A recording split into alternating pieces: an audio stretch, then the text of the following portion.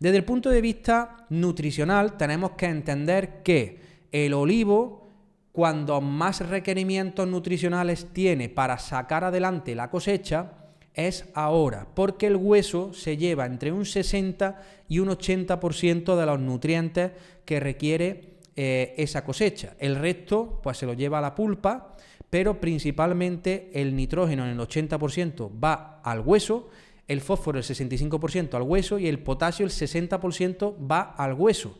El hueso se está formando ya mismo, es decir, ahora mismo pues está desarrollándose el fruto, pero de aquí a mediados de julio, más o menos, o primeros de julio, ya tenemos el hueso duro, para San Juan más o menos, tenemos el hueso duro, y en este periodo de este mes, la planta requiere unas altas cantidades de nutrientes.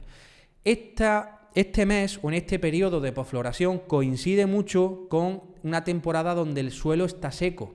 Entonces, la planta del suelo va a tomar menos de lo que debería por el consumo nutricional que tiene esa cosecha. Entonces, si no queremos perder parte de la aceituna que ha cuajado, el tratamiento, como se decía en el calendario de fertilización, fundamental para el calendario de fertilización anual, es el tratamiento post-floración.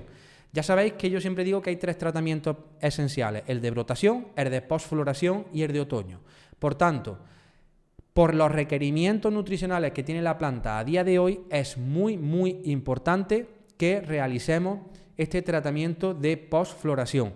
Lógicamente, tratando cuando la temperatura sea inferior a 30-32 grados, es decir, tratando lo antes posible o incluso de noche. Y ahora también tenemos que tener en cuenta que por las tardes suele ser bastante viento, entonces aprovechar los momentos de casi poco viento y que la temperatura pues sea lo más baja posible, y también teniendo en cuenta que la aceituna ya esté cuajada, es decir, no tratar en floración, sino cuando la aceituna esté con el tamaño que hemos visto anteriormente.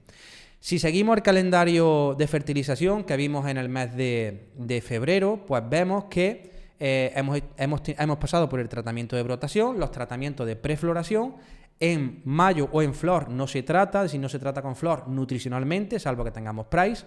Y ahora en junio tenemos el desarrollo del hueso, del tallo y opcionalmente en la protección contra el repilo. Es decir, el objetivo del tratamiento post-floración es sacar más crecimiento vegetativo, porque ahora la planta está en pleno crecimiento, aunque tengamos altas temperaturas, pero no faltando humedad, que no falta si habéis controlado correctamente la cubierta vegetal, vais a tener un buen desarrollo del tallo, un buen desarrollo del fruto. Tenemos que fomentar el endurecimiento del hueso y que el hueso sea lo más grande posible, porque aunque hayamos tenido altas precipitaciones en la mayor parte de la península ibérica, que sepáis que si tarda en llover o si no se ha gestionado bien la cubierta, posiblemente llegamos a tener estrés hídrico a final de verano, también dependiendo de los tipos de las zonas, ¿no? Entonces, tener un hueso grande es muy importante para que luego, después de el verano, la aceituna sea lo más grande posible y tengamos buena cosecha y buen rendimiento graso. Por tanto, fomentar un buen hueso ahora es muy importante. En caso de que hayáis tenido repilo, un tratamiento contra repilo es ahora. El objetivo es evitar que la esporulación de las hojas viejas que están infectadas por repilo llegue a las hojas nuevas, y mientras haya eventos de humedad al principio del otoño, no nos dé tiempo a entrar a tratar, pues que no se nos inocule ese repilo en las hojas nuevas. Entonces, tratar para proteger el repilo.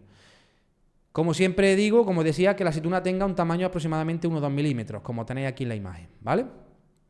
El tratamiento de posfloración nosotros lo recomendamos con 40 litros por cuba de 3000, 40 litros de GM Humis Complex, 20 litros de GM Humis Boro, 10 litros de corrector de carencia y 5 kilos de oxicloruro de cobre. Además, a esto, ¿qué le podéis añadir si queréis?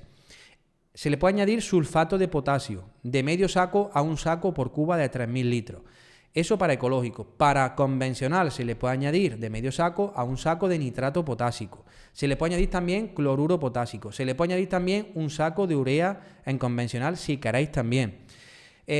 Para el tratamiento del price se le puede añadir también el insecticida convencional, pero no se le puede añadir la piretrina natural.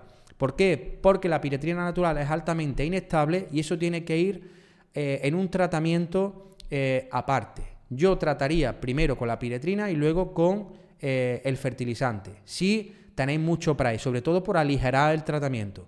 Si no, lo recomendado siempre es primero fertilizante y luego encima del fertilizante el insecticida. Creo que no se me queda nada en el tintero. Perfecto. Pues nada, esto es lo que tenía que contaros hasta ahora.